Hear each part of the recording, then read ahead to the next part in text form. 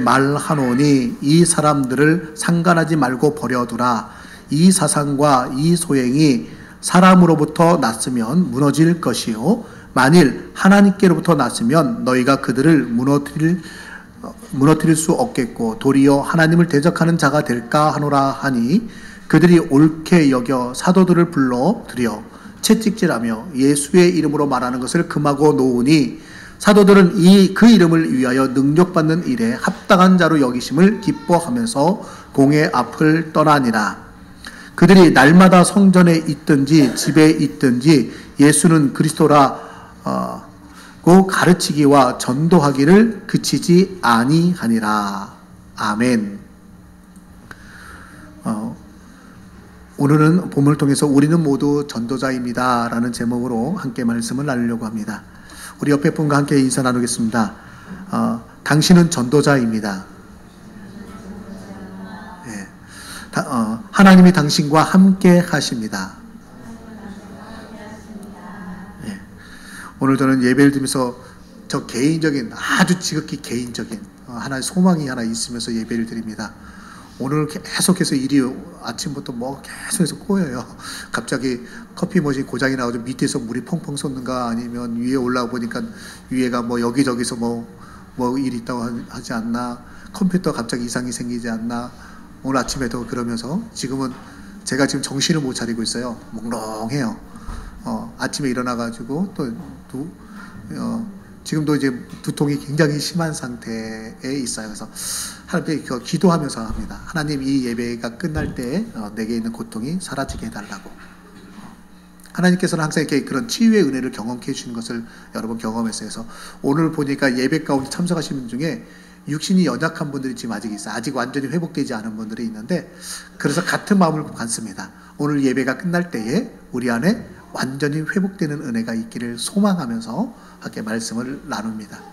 왜냐하면 오늘 전도에 대한 말씀이요, 영적 전쟁에 대한 얘기거든요. 그래서 영적 전쟁, 이것은 우리가 선택할 수 있는 것이 아니라 반드시 해야 되는 문제예요. 이건 아주 심각한 문제요, 중요한 문제입니다. 그렇기 때문에 영적 전쟁에 대한 이야기를 할 때는 마귀의 회방이 그 어느 때보다도 강합니다. 오늘 말씀 듣는 가운데 우리 가운데 놀라운 승리의 역사 있기를 먼저 주님의 이름으로 축원합니다. 축원합니다. 제가 사순절을 시작하면서부터 예수님의 일생에 대해서, 그리고 예수님의 죽으심과 부활에 대해서 말씀을 나누어 왔습니다. 예수님이 이 땅에 오신 목적은 죽기 위해서 오셨다라고 했습니다. 누구를 위해서 죽으러 오셨어요? 나를 위해서. 그렇죠? 한번 같이 할까요? 나를 위해 오셨습니다. 나를 위해 죽기 위해 오셨습니다. 그리고 결국 그 주님은 어떻게 했어요? 십자가 위에 죽으셨어요. 근데 죽음으로만 끝나지 않고 사흘 만에 부활하사, 따라합시다, 나의 주가 되셨습니다. 나의 주가 되셨습니다.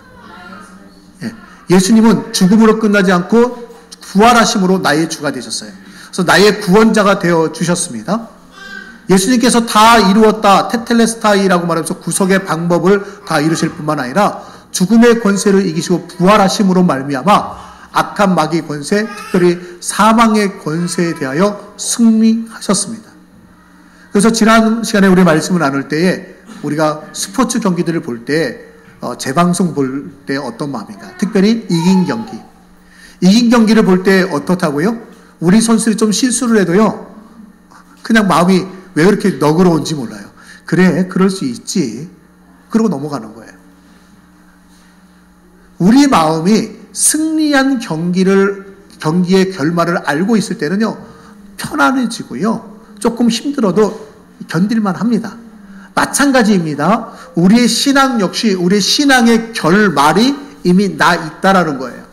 예수 그리스도께서 승리하셨다라고 말씀하셨습니다. 내가 승리했다, 너희도 승리해라. 세상을 이긴 이김은 이것이니 곧 우리의 믿음이라, 너희의 믿음이라. 이제 우리가 믿음으로 주님 안에 거하면, 주님이 승리하셨기 때문에 내가 주님 편에 믿음으로 서 있기만 하면 주님이 이기시는 거예요. 그럼 우리는 쫓아가면서 뭐예요? 덩달아 승리를 나누는 거죠. 그런 은혜를 누린다라고 말씀을 나누었습니다. 자, 그런데요, 우리 주변에 우리는 승리했는데 아직 승리한 것을 모르는 사람들이 있어요.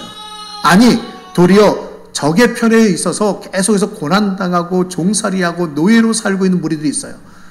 근데 그들이 예수님 편에 들어와서 예수님 편에서 승리하고 영원한 천국을 받기 위한 방법이 너무너무 쉬운데 아직도 모르고 있는 사람이 있습니다. 그럼 여러분 어떻게 하시겠어요? 나 혼자만 그 승리를 맡기고 하면서 나만 그 누리겠다라고 말하면 되나요? 그거는 아닌 것 같아요. 이게 사적인 이야기를 하나 더 할까요? 위에 카작을 하는데요. 카작에 손님들이 오면서 이런 얘기를 해요. 와, 좋다 그래요. 그래서 제가 그래요. 아, 이거 좋아요? 그러면 좀 홍보 좀 해주세요. 그랬더니 뭐라는 줄 아세요? 안 한대요. 왜 안 해주세요? 이게 좋은데. 그랬더니 이렇게 좋은데 홍보하면 딴 사람들 많이 올 거 아니네요.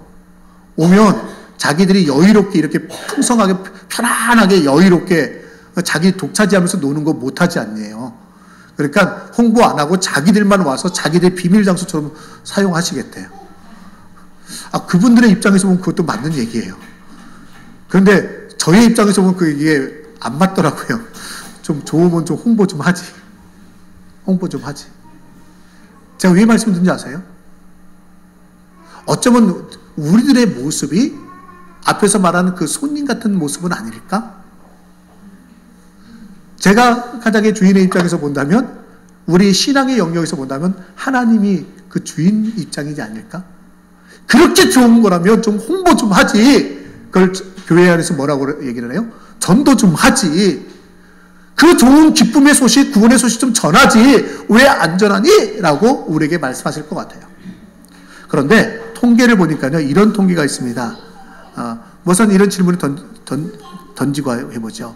당신은 전도회 보셨습니까? 전도회 보셨나요? 통계예요. 그리스도인들 가운데, 예수를 믿는다고 말하는 사람들 가운데 85% 전도가 평생 동안 단 한 명도 전도해 본 적이 없답니다. 그러니까 교회는 다니긴 다녀요. 예수 믿으면 좋아요. 아, 나 예수 믿고 구원받아서 아멘 아멘 아멘, 나는 행복합니다. 나는 천국 갑니다. 나는 하나님의 자녀입니다. 그렇게 행복하고 구원받아서 간증하고 좋아하는데, 근데 내 주변에 있는 사람들에게 내가 이렇게 좋고 내가 이렇게 행복하고 내가 정말 그 말로 표현할 수 없을 정도로 좋은 선물을 받았는데 옆에 분한테는 침묵하는, 나 혼자 누리고 싶은, 나 혼자 누리는데 어떻게 그걸 나눠 가져, 나 혼자 가져야지 하는 마음을 가진 사람들이 85%예요. 안 알리는 거예요. 옆에 사람한테 말하지 않는다는 거예요. 이 자리에 앉아있는 저와 여러분들은 어떻습니까? 얼마나 전도해 보셨나요? 85%가 전도하지 않는데요. 그럼 나머지는요? 어떻게 하나요? 평생 동안 한 명, 이제 예수 나오세요라고 했지만 아직 열매를 맺지 못해서 말하는 사람도 있긴 있을 거예요. 내 전도하려고 예수 믿으면 너무너무 좋아요라고 말해서 한 명 전도한 사람도 있을 수 있을 겁니다. 자, 한번 우리 아주 논리적으로 단순한 합리적인 생각을 해보겠습니다. 한 남녀가 만나서 결혼했습니다. 자, 부부관계를 맺었어요. 이제 자녀를 출산했습니다. 자, 한 자녀만 나오면 어떻게 되나요? 인구는 줄어들어요. 저희 나라가 2100 몇 년에는 이 땅에서 사라진다는 통계가 나왔죠? 보셨나요? 인구가 계속 감소하는 거죠. 그래도 우리 세종시, 특별히 고운동은 거기에 대해서 역으로 나가는, 우리 대한민국에 엄청 충성하는 동네죠. 그 자녀들이 보통 셋, 넷이 되니까 엄청 충성하는 동네입니다. 애국하는 동네예요. 충성이라고 하면 애국하는 동네예요. 그런데요, 자녀를 출산하지 않으면 어떻게 되나요? 더 짧은 시간 내에 역사의 무대에서 사라져버립니다. 역사의 무대에서. 그래서 인구를 많이 낳으라고 해요. 인구 다산정책. 그래서 요즘 국가에서요, 인구가 경쟁력이다 그래가지고 계속 출산 장려 정책을 다시 펴기 시작합니다. 이 땅이 부족하면 딴 나라 가든지 어떻게 하든 간에 계속해서 출산 장려 정책을 펴요. 하나님의 나라가 어떤가 생각해 보자는 거죠. 85%가 전도를 안 했습니다. 그러면 어떻게 될까요? 참 희한한 결과예요. 85%가 단 한 번도 전도를 안 했어요. 다시 말해서 영적인 자녀를 출산하지 않았어요. 그런데 교회가 사라졌나요? 사라져야 정상인데 사라지지 않았어요. 왜 사라지지 않았을까요?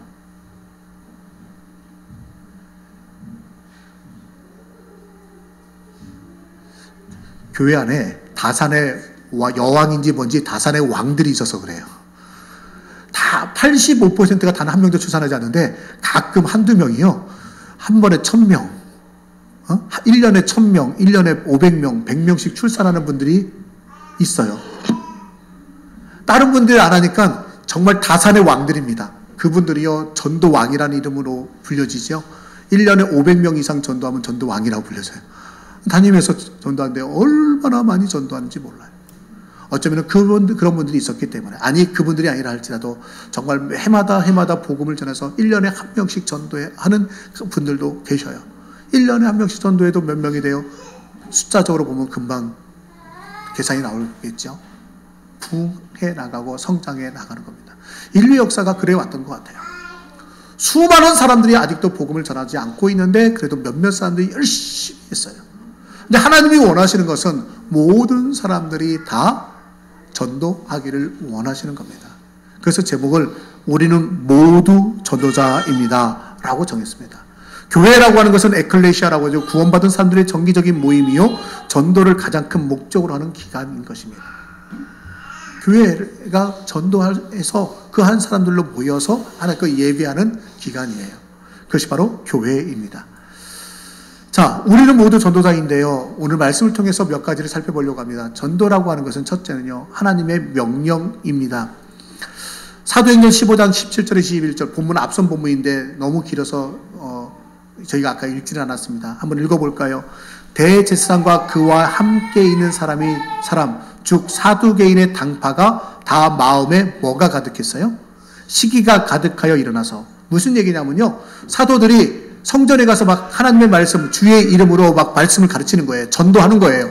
근데 대제사장과 그와 함께한 무리들이 보니까 시기심이 일어나는 거야. 쟤는 누구야? 우리가 잡아 죽인 예수와 한 무리 아니야? 어떻게 우리가 예수를 십자가에 못 박아 죽게 만들었는데 예수의 이름을 전한단 말이야. 시기심이 일어나기 시작했어요. 그래가지고 그들이 어떻게 했느냐, 사도들을 잡아다가 옥에 가두었대요. 19절, 그런데 어떤 일이 벌어졌느냐, 주의 사자가 밤에 옥문을 열고 끌어내요. 사두개인들이 가두니까요, 어떻게 했어요? 누가요? 주의 사자가 문을 열었어요. 그리고 끌어냅니다. 옥에서 나오죠. 이거는 석방이 아니에요. 그렇죠? 가둔 사람이 내보내면 석방인데 이건 석방이 아니라 탈옥이에요. 탈옥의 주범은 누굽니까? 성령님이에요. 성령님이 와가지고 문 다 열고 야 나와 끌고 나갔어요. 탈옥시킨 주범, 그건 성령님이에요. 탈옥시켰습니다. 그러면 죄수는 누구예요? 오늘 본문의 세상적인 관점에서 보면 사도들이에요. 그렇게 뭐라고 말합니까? 20절, 가서 성전에 서서 이 생명의 말씀을 다 백성에게 말하라 하며 그들이 듣고 새벽에 성전에 들어가서 하시다니. 참 성령님도 참 웃기신 성령님이신 것 같아요. 생각해 보세요. 지금 복음을 전하다가 성전에서 복음 전하다가 체포돼서 감옥에 갇혔어요. 그런데 거기서 탈옥을 시키시네요. 그럼 탈옥시킨 다음에 어떻게 해요? 다시 너희가 체포된 그 성전에 가서 거기서 너희가 체포됐던 이유 있잖아. 예수 이름으로 복음 전하다 잡혔지? 너 또 거기 가서 또 예수 이름으로 또 복음 전해? 또 보내는 거예요. 아니 고집도 뭐 그렇게 고집이 세세요, 성령님. 왜 그 장소만 그렇게 고집하는 거예요? 만약에 저라면요, 한 성령님 있잖아요. 제가 거기서 복음 전하다 잡혔잖아요. 그러니까 거기 말고 딴 데로 가서 하면 어때요? 딴 마을로. 여기는요, 대산과 그의 무리가 지금 절대적인 영향력을 끼치는 곳입니다. 그러니까 그들이 없는 다른 곳에, 좀 멀리 떨어진 곳에 가서 복음 전하면 내가 더 잘 전할 수 있지 않을까요? 저라면 그럴 것 같아요.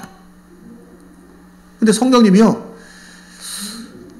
아예 그곳에서 다 복음을 전하고 감옥에서 끌어내실 거라면 아예 체포되지 않게 하시든지, 체포하러 올 때쯤 돼서 야 빨리 피해 좀 이따 다시 오자. 체포로 왔다가 사도들이 안 보이면 돌아가면 다시 와가지고 빠졌다 다시 들어오고 빠졌다 다시 들어오고 그렇게 할 수도 있을 거 아니에요.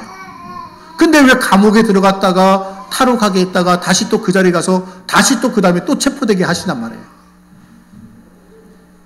정말 이해할 수 없는 이야기예요. 그런데 이 이야기 전체를 통해서 우리가 봐야 될 것이 있어요. 하나님, 성령님은 그곳에서 아직도 복음을 들어야 할 사람들이 있기 때문에 다시 또 그곳으로 가라는 거예요. 그곳에 복음을 들을 사람이 없다면 갈 이유가 없는 거죠. 그런데 그곳에 사람들이 계속 모여드는데 그곳에 복음을 필요로 하는 사람이 있는데, 그러니까 너 복음 전하러 가! 그곳에 다시 가! 라고 명령하시는 겁니다. 이게 주님의 뜻이에요. 주님의 명령은 성전에 가서 복음을 전하는 것이었습니다. 사도들이요, 그 말을 듣고 새벽에 성전에 다시 들어가서 가르칩니다. 예수님의 명령이요, 마태복음 28장 19절 20절 말씀 우리는 알고 있습니다. 그러므로 너희는 가서 모든 족속으로 제자를 삼아, 가서 제자 삼아 아버지와 아들과 성령의 이름으로 세례를 베풀고 하면서 말씀하셔요. 마지막 명령이죠. 그러면서 사도행전 1장 8절에서는 오직 성령이 너희에게 임하시면 너희가 권능을 받고 예루살렘 가운데 사마리아 땅까지 이런 내 증인이 되리라 라고 말씀하시면서 승천하시기 전에 뭐예요? 명령을 주시죠.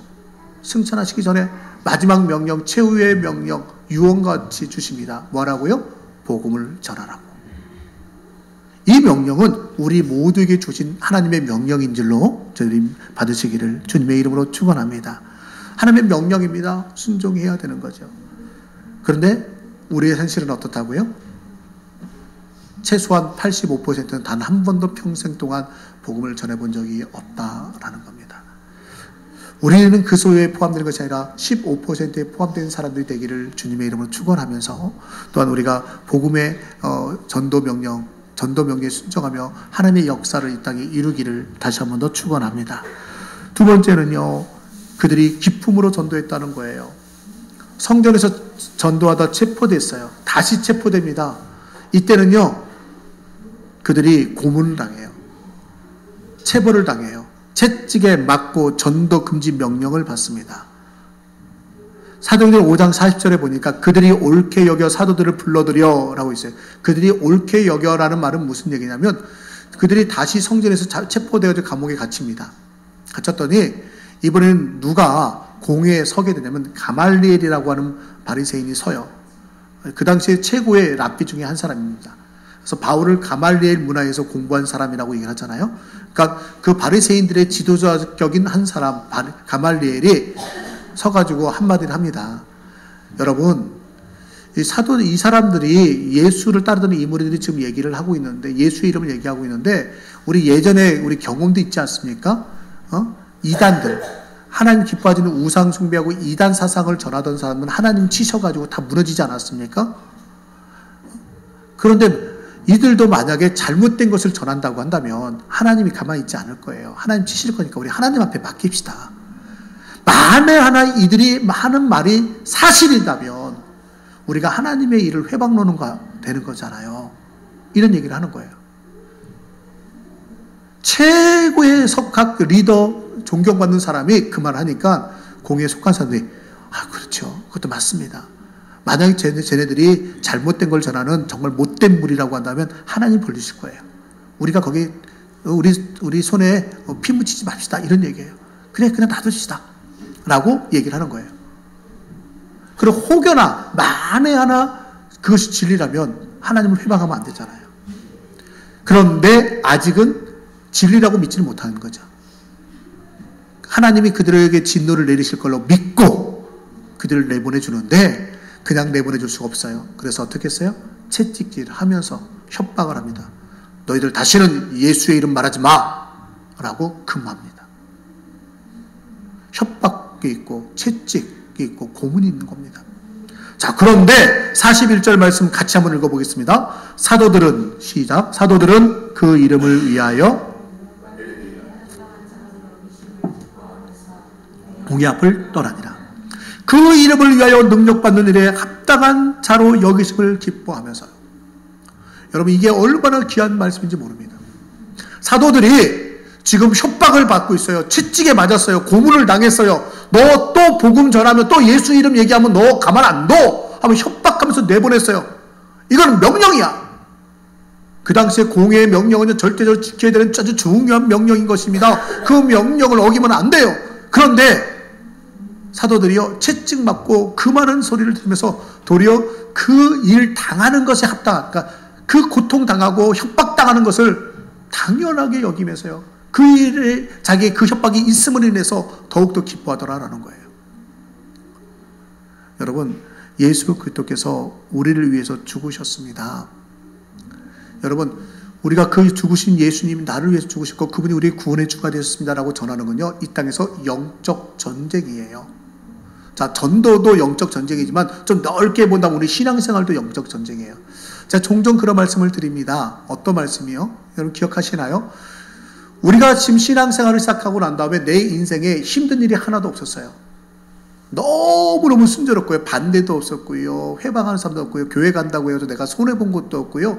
그냥 교회 나온 다음부터 아무 일이 없이 모든 게 천하태평 무사통과 아무 일 없이 그렇게 평범하게 되어 오면 그게 좋은 거라고요? 아니면 한번 생각해 볼 문제라고요? 한번 생각해 볼 문제라는 거예요. 꼭 좋은 게 아니에요. 꼭 좋은 게 아닙니다. 왜요? 신앙은 영적인 문제입니다. 예수 믿으면 하나님 복 주시고 잘 될 수밖에 없는 게 진리고 맞습니다. 그런데 우리가 사는 세상은 악한 영이 역사하는 세상입니다. 내가 과거에는 마귀의 종이 돼가지고 마귀의 뜻대로 범죄하며 죄악 가운데 거하며 살았어요. 그런데 어느 순간에 갑자기 나 예수 믿고 하나님의 자녀가 되었습니다 하고 딱 나타나는 거예요. 마귀의 입장에서는 어떻게 했어요? 가만히 있을 수가 없는 거죠. 그러니까 한번 흔드는 거예요. 자꾸 흔들어요. 자꾸 흔드는 거예요. 때로는 회방도 줘요. 때로는 달콤한 유혹도 줘요. 때로는 핍박도 줘요. 그러면서 우리의 인생에 내가 예수 믿기로 작정한 순간부터요, 예전에 없었던 일들이 갑자기 막 생기기 시작해요. 더 나아가서는요, 때로는 내가 큰 손해를 받기도 합니다. 그런데 내가 예수 믿는다 아무 문제가 없다면 마귀조차도 우리에게 신경 쓰지 않는 거예요. 너 좀 이따 다시 나한테 올 건데 뭐 신경도 안 써? 그러는 거죠. 자, 예수 처음 믿을 때 내게 아무 문제 없을 수 있어요. 그래요. 마귀가 이제 어린애 같은 내 신앙, 응애하고 태어났으니까 신경 안 쓸 수 있어요. 교회 처음 나오자마자 문제 생기고 그런 경우는 그렇게 많지는 않아요. 왜? 아직 어린아이니까. 그런데 교회를 다니다가 말씀을 듣는 가운데 내 마음에 은혜가 됐습니다. 아멘. 아멘 하면서 결단을 했어요. 그래, 내가 이제 결단했어. 내가 이제 철저하게 말씀대로 살 거야. 내가 정말 주일 성수를 하고, 내가 하나님께 충성하고, 봉사하고, 복음도 전하고, 내가 어떻게 하고, 저렇게 하고, 이렇게 하고 하면서요, 내 나름대로 신앙의 결단들을 해가면서 하나님께 나아갑니다. 내가 아무개에 전도해야지, 내가 뭐 봉사해야지, 내가 주님 앞에 물질을 드려야지, 내가 어떻게 섬겨야지 하면서 이 모양 저 모양으로 섬기겠다. 또는 내가 개인적으로 시간을, 나는 철저하게 새벽의 시간을 하나님께 드릴 거야. 나는 매일 시간을 내서 정해놓고 성경 말씀을 읽을 거야. 내가 개인적인 신앙의 결단을 할 수도 있습니다. 이럴 때는요, 어떤 일이 나타나요? 반드시 무언가 문제가 터져요. 가장 일반적으로 많이 나타나는 일들이 뭐냐면, 나로 하여금 분노케 하는 일이 생겨요. 혈기. 아무렇지도 않는데 그냥 누군가 한 사람이 말을 탁 던졌어요. 그 사람은 아무 생각 없이 던졌는데 그 말이 내 마음에 그냥 기분을 상하게 만드는 거예요. 남편이 한마디 하고 아내가 한마디 하고 애들이 갑자기 어디 가서 문제를 일으키고 오고, 그러면서 막 화가 나는 거예요. 막 오해의 말들이 들려오면서 막 화가 나는 거예요. 은혜 받고 돌아서 할렐루야 아멘 하면서 가는 거예요. 어디를 가든지 하면서 막 찬송하면서 막 가는 거예요. 주의 친절한 팔에 안기서 정말 행복합니다. 주님 나 항상 하나님께 있을래요. 근데 소리가 딱 들려오는 거죠. 차를 타고 가는데 누가 갑자기 앞에서 차에 팍 끼어들면서 사고 날 뻔해요. 그래서 입에서 거침말이 막 튀어나오기 시작해요. 다 뭐예요? 마귀가 그 순간에 회방 돌기 시작하는 거예요. 근데 때로는 그냥 지나가는 자그마한 사소한 것일 수도 있어요. 그런데 더욱더 하나님께 충성하고 봉사하고 섬기잖아요. 그러면은 마귀가 더 큰 일로 우리 가운데 함께하며 핍박한다는 거예요. 하나님의 역사가 있으면 반드시 마귀의 역사도 있어요. 지금 오늘 본문은 그 얘기를 하는 거예요. 자기들이 지금 채찍에 맞았어요. 이 사람들이 채찍에 맞을 일이 있었나요? 그 전에? 없었어요. 체포돼요? 경찰서에 체포돼서 갈 일이 뭐가 있어요? 경찰들이 그런 얘기 하더라고요. 경찰서에 사람들이 딱 들어오면 두 가지 반응이래요. 한 사람은요, 정말 신나가지고 행복해하는 사람이 있는가 하면, 한 사람은요, 뭔가 주변을 이렇게 살피면서 불안해하는 사람이 있다는 거예요. 둘 중에 하나래요. 경찰을 신뢰해가지고 도움을 받는 사람들은요, 와서 거기 너무너무 편하다는 거예요. 자기를 도와줄 사람, 자기 지켜줄 사람만 있는 곳이니까 너무너무 행복한 거예요.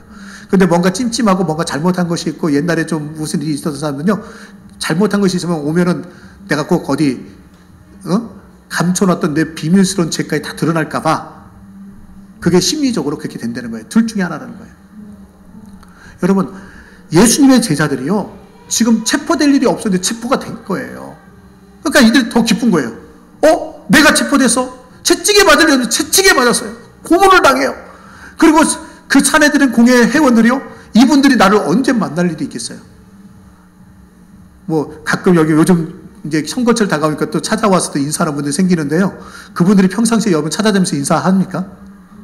요즘 세종시청, 우리 세종시 그 시장님 여러분 얼굴 개인적으로 뵌 적이 있으십니까? 없죠? 세종시 시장도 얼굴 보기 힘든데 대통령 볼 수 있어요? 가려고 그러면 뭐 조사하는 게 뭐 그렇게 많은지요? 힘들어요. 회사에 다니는 분이 회사 회장님, 사장님 만나기 싫습니까? 평생 동안 이렇게 회사를 다녀도요, 지근거리에서 같은 테이블에서 식사 한 번 하기도 힘들걸요? 여러분, 쉽지 않은 일이에요. 그런데 그것이 긍정적일 때도 있지만 부정적인 일들이 내 인생에 나타날 일이 아닌 일들이 나타나고 있단 말이에요. 사도들의 입장에서는요, 이들이 공의 대제사장을 만날 일이 전혀 없어요. 근데 와가지고 협박을 하고 있단 말이에요. 내가 그 정도 가치가 있는 존재예요? 협박받을 만한 가치가 없는 존재인데도 불구하고 나한테 협박을 하고 있네요? 그냥 말 한마디면 끝날 것 같은데, 그 얘기는 다른 말로 생각해 보니까 그들이 직접 우두머리가 제일 높은 사람이 나와서 나한테 직접 얘기를 해야 될 정도로 내가 뭐가 된 거예요? 영향력 있는 존재가 되었다는 것이 아닐까요? 사도들은 그 생각을 하는 거예요. 내가 이렇게 예수의 이름을 위하여 능력받는 일에 합당한 자로 여기심을 받고 사람들이 나한테 와서 나를 협박해? 내가 그만큼 존귀한 자고 내가 그만큼 영향력이 있다는 걸 인정해 주는 거잖아요. 그래서 더 기쁜 거예요. 협박받는데 기뻐요. 우리 편이 나를 인정하는 게 아니에요. 우리 편이 우리의 대장님입니다, 우리의 리더입니다, 우리의 조장입니다, 이런 게 아니라 우리의 적군이 쟤는 있잖아, 쟤네 대장이야, 쟤 때문에 우리가 안 돼, 쟤가 나오면 우리 죽어, 저 장수가 나오면 우리 다 도망가자 하면서 적의 장수들이 나를 인정한다면 그게 진짜 인정 아닐까요? 적의 장수들이 인정한다면. 사도들은 그 얘기를 하는 거예요. 지금 내가 힘들고 어렵고 고난당하는 게 문제가 아니라 적이 지금 철저하게 나만 집중적으로 공격하고 있어요. 나를 공격해요. 다른 사람들은 괜찮아요. 우리 성도님들, 다른 성도들 보면 평안해요. 아무 문제 없는 것 같아요. 근데 내게 자꾸 일이 생겨요. 근데 내가 언제요? 주의 일에 봉사하기로, 헌신하기로, 주의 말씀대로 살려고 작정했는데 자꾸 내게 어려운 일이 생겨요. 그건 뭡니까? 사단이 인정할 정도로 라는 거죠. 여러분, 결국은요, 이것은 하나님이 우리를 통해서 하시고자 하는 일이 크고 원대하다는 것이고, 우리가 결단하면 더 풍성한 하나님의 영광을 드러낼 수 있다는 겁니다. 사도들은요, 기뻐했어요. 전도할 때 어려움 당하는 것, 그 도리어 기뻐하며 전도합니다. 그 결과 그 사도들은요, 한낱 총구석에 어부로서 산 것이 아니고 세리로 산 것이 아니라 정말 온 세상을 돌아다니며 복음을 전하는 하나님 나라의 일꾼이 되어졌고, 초대교회 리더들이 전부 다 되어졌습니다. 저와 여러분이 혹여나 신앙생활 하다 보면 받을 수 있는 어려움들 까닭에 좌절하지 마시고요, 힘들어하지 마시고, 마귀조차도 인정할 만큼 내가 제대로 신앙생활하고 있구나, 소망을 갖기 원합니다. 우리는 경기의 결말을 알아요. 우리는 승리하였습니다. 승리한 줄로 믿고 나아가기를 주님의 이름으로 축원합니다. 세 번째는요, 언제 어디서 전도했어요? 오늘 본문에 보니까 그들이 나와서 뭐예요? 날마다 성전에 있든지 집에 있든지, 날마다 그들은 모두가 everyone, 날마다 every day, 성전에 있든지 집에 있든지 everywhere, 누구든지 어디서든지 언제든지예요. 그들은 복음을 전합니다. 예수는 그토록 가르치기와 전도하기를 그치지 아니하니라. 사도행전 역사를 보니까 다 나열하지 못해서 중요한 것만 적어봤어요. 주보에도 있는데요, 2장, 3장, 4장 보면 쭉 사도행전 역사를 보면요, 그들이 복음을 전한 장소들이 쭉 언급이 돼요. 길모퉁이, 예루살렘 성전, 사내들의 앞, 광야길, 개인의 집 앞에서, 집에서, 총독 관제에서, 회당에서, 성문에서, 강변 빨래터에서, 감옥터에서, 시장터에서, 강연장에서, 정부지사 헤롯 앞, 다치면서 헤롯 왕 앞에서, 바다 한복판에서, 멜리데 섬에서 독사에 물려가지고 또 전도하고요. 심지어는 바울은 죽을 때까지 새방에, 다시 말해 가택연금 상태에서 전도합니다. 공통점이 있나요? 공통적인 장소가 있나요? 없어요. 언제 어디서든지예요. 이들이 지금 어디 가서 복음을 전하면 새벽이에요. 감옥에서 나온 새벽에 성전에 갔더니 성전에 가서 보니까 또 새벽부터 사람들이 나와 있는데 또 새벽부터 가르쳤다는 거예요. 한낮에만이 아니에요. 새벽부터 밤늦게까지 그들은 시간 나는 대로 언제든지 어디서든지 복음을 전하는 일에 힘써 왔다는 겁니다. 이것이 바로 전도자의 삶입니다. 우리가 복음을 전하려면요, 꼭 낮 시간에만 전할 수 있는 것이 아니라 때로는 새벽 시간도 또는 저녁 시간도 꼭 내가 전도를 하기 위한 특정한 장소에서 나는 우리 교회에서 전도하면 여기서 전도해요. 그러니까 여기가 전도하는 자로 나 여기밖에 없어요가 아니라 내 삶의 자리가 어디든 간에 내가 사람 있는 곳, 그곳에 사람이 있다면 그것이 바로 뭐예요? 전도할 수 있는 자리라는 거예요. 공통점을 하나 찾으라면 사람이 있는 장소입니다. 어떤 사람이요? 복음을 들어야 될 사람이 있는 장소. 그들은 그곳에서 복음을 전하였습니다. 교회는요, 복음을 들고 나가야 됩니다. 교회에 이중적 성격이 있어요. 모이는 교회와 흩어지는 교회. 컴 스트럭처와 고 스트럭처 둘로 나눠진다는 거예요. 자, 컴 스트럭처가 있습니다. 모이는 교회. 예수님이요, 처음에 이 땅에 오셔서 공생을 하실 때 전부 다 컴 스트럭처예요. 오라예요. 요한복음 1장 39절 세례 요한의 두 제자가 찾아왔어요. 질문합니다. 그때 예수님 뭐라고 대답하냐면, 예수께서 이랬을 때 와서 보라. 그래? 너 그럼 와. 내게 와. 너 나랑 같이 지내자. 그러면서 동거하는 거예요. 나와 같이 있으면서 내가 사는 모습을 보면서 너 눈으로 보고 그대로 모방해. 그대로 모방해라고 해요. 그래서 이 예수님이 와보라라고 하는 이 선교가요, 전도가 선교단체에서 많이 사용을 해요. 선교단체에서 이제 좀 훈련시키고 뭐 할 때요, 동거합니다. 그래서요, 선교단체 훈련할 때 같이, 리더와 함께 같이 훈련받는 사람들이 집을 빌려서요, 같이 생활을 해요. 그래서 아침부터 밤늦게까지요, 리더가 하는 모습 그대로 보는 거예요. 아침에 일어나면 뭐 어떻게 하나, 하루를 어떻게 사나 봐요. 저녁에 잠자기 전에는 무엇을 어떻게 하나, 하루를 어떻게 정리하나 보면서요, 그대로 보고 배우는 과정을 합니다. 많은 선교단체들이 훈련을 시키는 과정 속에서는 그 일을 해요. 특히 간사 훈련 같은 경우는 100%고요. 그런 훈련이 바로 예수님에게서 나왔어요. 근데 예수님이 그때 말하는 건 아니라 마가복음 3장 13절 14절을 보니까 산에 오르사 자기가 원하는 자들을 부르시니 나아온지라. 원하는 자들을 불렀어요. 그래서 그 중에 또 12명을 세웠어요. 자기와 함께 있게 하는 게 목적이셨습니다. 예수님이 계속해서 불러요. 갈릴리 바다를 가시다가 그물을 던지는 제자들을 보고 나를 따라오너라. 내가 너희로 사람을 낚는 어부가 되게 하리라. Follow me! 라고 얘기를 해요. 나를 따라오너라. 내게로 오라! 라는 거예요. 그래서 내가 가는 건 어디로 와라. I'll make your fish of man. 내가 너로 하여금 사람 낚는 어부 만들어 주겠다라고 말합니다. 나를 따라오라. 오라. 전부 예수님이 당신에게 오래요. 선교 초기에, 공생의 초기에. 그런데 중기로 가면서 어떤 일이 벌어지나요? 이제 두 사람씩 짝을 지어가지고 파송해요. 너 가서 전도하고 와. 그리고 갔다 와서 예수님, 내 주님 말씀대로 가서 전도해가지고 귀신도 쫓아내고 뭐도 했습니다. 하고 보고하는 장면도 성경에 기록되어 있어요. 쉽게 말하면 인턴십 과정이에요. 그냥 무조건 가! 전도해! 이게 아니라 갔다 와서 합니다. 그럼 가서 할 때는 이렇게 하고 저렇게 하고 그래 그런 일이 있었니? 그래 그때는 그렇게 하는 거 너 참 잘했어. 격려도 해주고 그 다음에 수정도 해주고 하는 과정을 거치신 거예요. 그 다음에 예수님께서 이제 부활하시사 이제 하나님 나라로 올라가시 전에 남겨주신 말씀이 뭐예요? 이제 완전히 파송하는 거죠.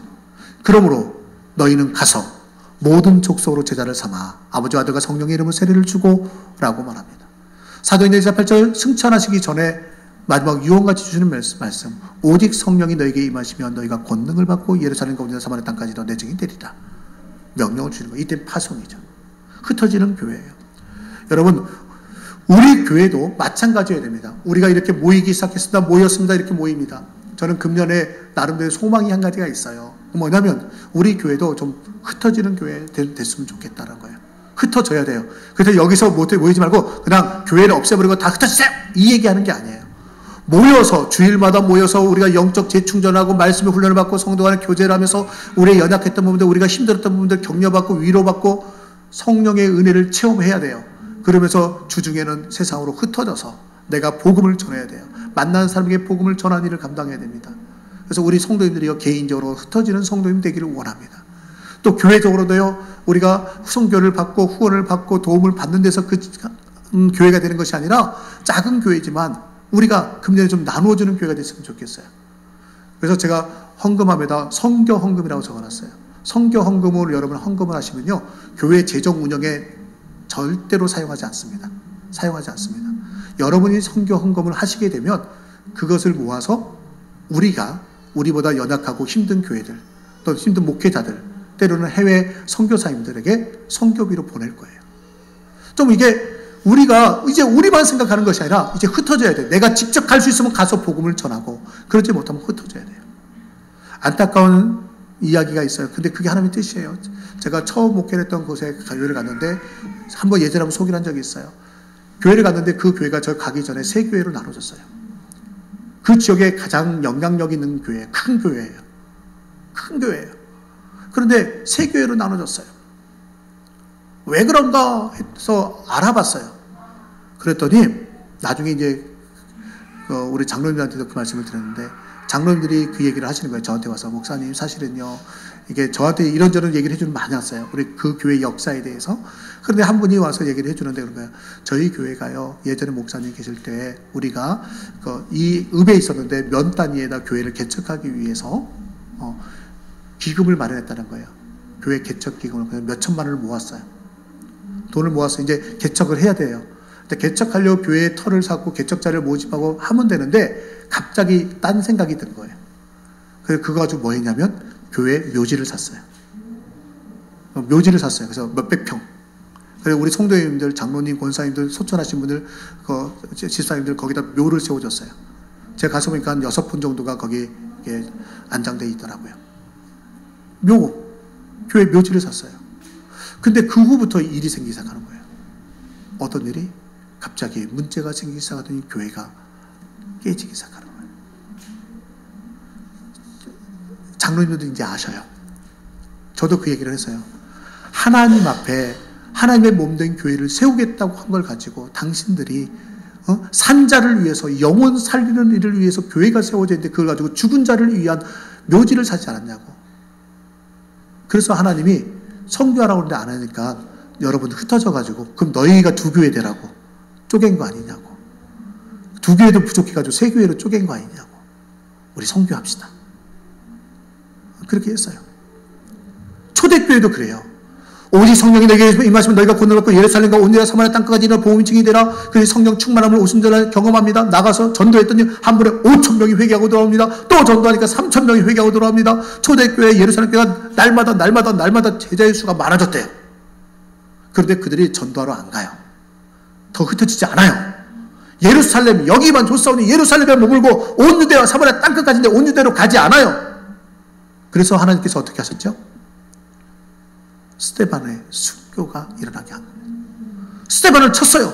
스데반이 순교당하니까 아이고 큰일 났다. 사울을 도구로 해서 스데반이 순교당하고 계속해서 교회를 핍박하니까요, 도망치기 시작했어요. 흩어지면서 드디어 이제 온 유대로 흩어집니다. 그런데 고집센 사람들이 있어요. 기득권자들. 절대로 흩어지지 않는 사람들이 있었어요. 누군지 아세요? 제자들. 예수님의 12제자는요 안 갔어요. 스데반의 핍박으로 다른 사람은 다 이제 성도들은 도망가고 흩어지고 하면서 복음을 전하고 했는데, 사도들은요 끝까지 예루살렘 지키는 거예요. 우리는 이 배의 선장으로서 이 배가 침몰하는 순간까지 지켜야 돼. 그런 마음이었는지 모르겠어요. 떠나질 않는 거예요. 이거 봐라. 분명히 예수님이 그들에게 명령했는데. 그래서 또 한 번에 하나님이 주신 채찍질이 있었어요. 혹시 뭔지 아십니까? 사도들 중에 야고보가 순교당합니다. 예루살렘에서요. 야고보를 죽이고 나니까 백성들이요, 남아있는 유대파 유대인들이요, 와 잘했다 해준 거예요. 그래서 그 다음에 뭐냐면, 그래? 그럼 또 잡을까? 그래서 베드로를 잡아 죽이려고 베드로를 체포해서 감옥에 투옥합니다. 성경 그 얘기 나오잖아요. 그런데 성령께서 베드로를 감옥에서 끌어내요. 그때 아이고 교회들이 모여가지고 밤새도록 철야기도 하는 거예요. 야고보도 죽었는데 베드로마도 죽으면 어떻게 하죠? 그때 밤새도록 기도하다가 베드로가 거기에 나타나는 거죠. 그 후에는 사도들도 흩어지는 거예요. 여러분, 교회가 흩어지는 사명을 감당하지 아니할 때 하나님의 엄청난 진노가 있다는 거예요. 흩어져야 돼요. 성교의 사명, 나누어지는 사명, 복음을 들고 온 예루살렘, 온 유다 사마리아 땅끝까지 가는 그 사명을 감당해야 돼요. 그렇다고 우리 교회를 와해시키고 떠나는 게 아니에요. 주일날마다 나와서 모여서 서로 영적 재충전을 갖고 여기서 말씀 속에 다시 한번 회복되어지고 내가 채움 받아야 나눠주시는 거예요. 내가 나눠주기만 하면요, 나는 금방 기갈이 찾아옵니다. 내가 채움 받고 나눠주고, 또 주의전에 나와서 채움 받고 나눠주고 하는 과정이 반복되어질 때 교회가 교회로서 역사를 감당하는 것이고 성도가 성도의 삶을 사는 것입니다. 저와 여러분이 흩어짐의 교회의 사명을 감당할 수 있기를 주님의 이름으로 축원합니다. 마지막으로 한 가지를 말씀하시려고 합니다. 우리는요, 복음을 전해야 됩니다. 우리가 복음을 전해야 세상이 구원받습니다. 로마서 10장 13절에서 15절 말씀인데 주보에는 19장으로 나왔는데요. 10장입니다. 같이 한번 읽어볼까요? 같이 읽겠습니다. 누구든지 주의 이름을 부르는 자는 구원을 받으리라. 그 다음부터는요, 내용을 잘 보면서 읽어보면 좋겠습니다. 같이 읽겠습니다. 그런즉 그들이 믿지 아니하는 이를 어찌 부르리요? 듣지도 못한 이를 어찌 믿으리요? 전파하는 자가 없이 어찌 들으리요? 보내심을 받지 아니하였으면 어찌 전파하리요?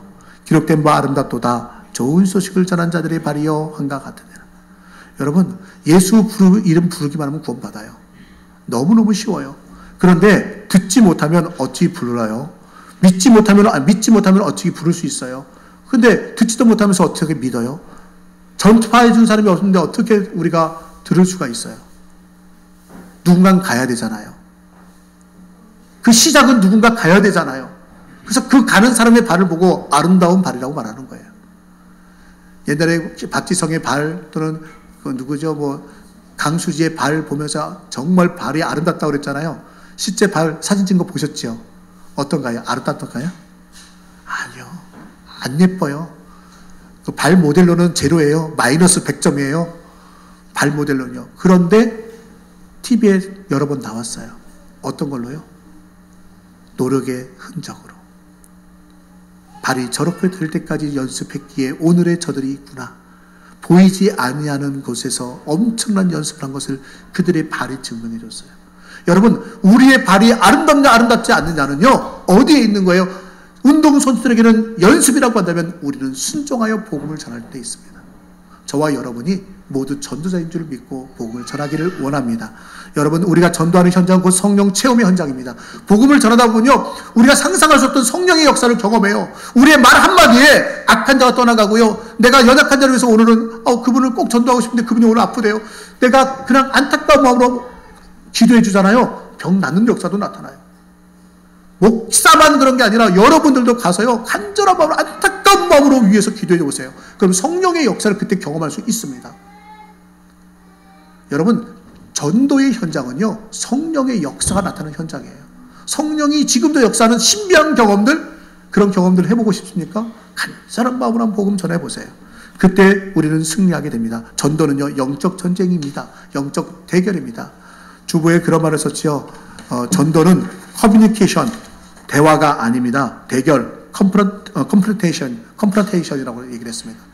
그러니까 맞닥뜨려서 싸우는 거지, 커뮤니케이션, 우리 잘해볼까요? 이런 거 아니라는 거예요. 적이에요, 적. 영적 전쟁을 하는 겁니다. 저와 여러분이 이 영적 전쟁에서 승리하며 모두가 전도자의 삶을 살고 주께 영광 돌리게 되시기를 주님의 이름으로 축원합니다. 축원합니다. 우리 함께 기도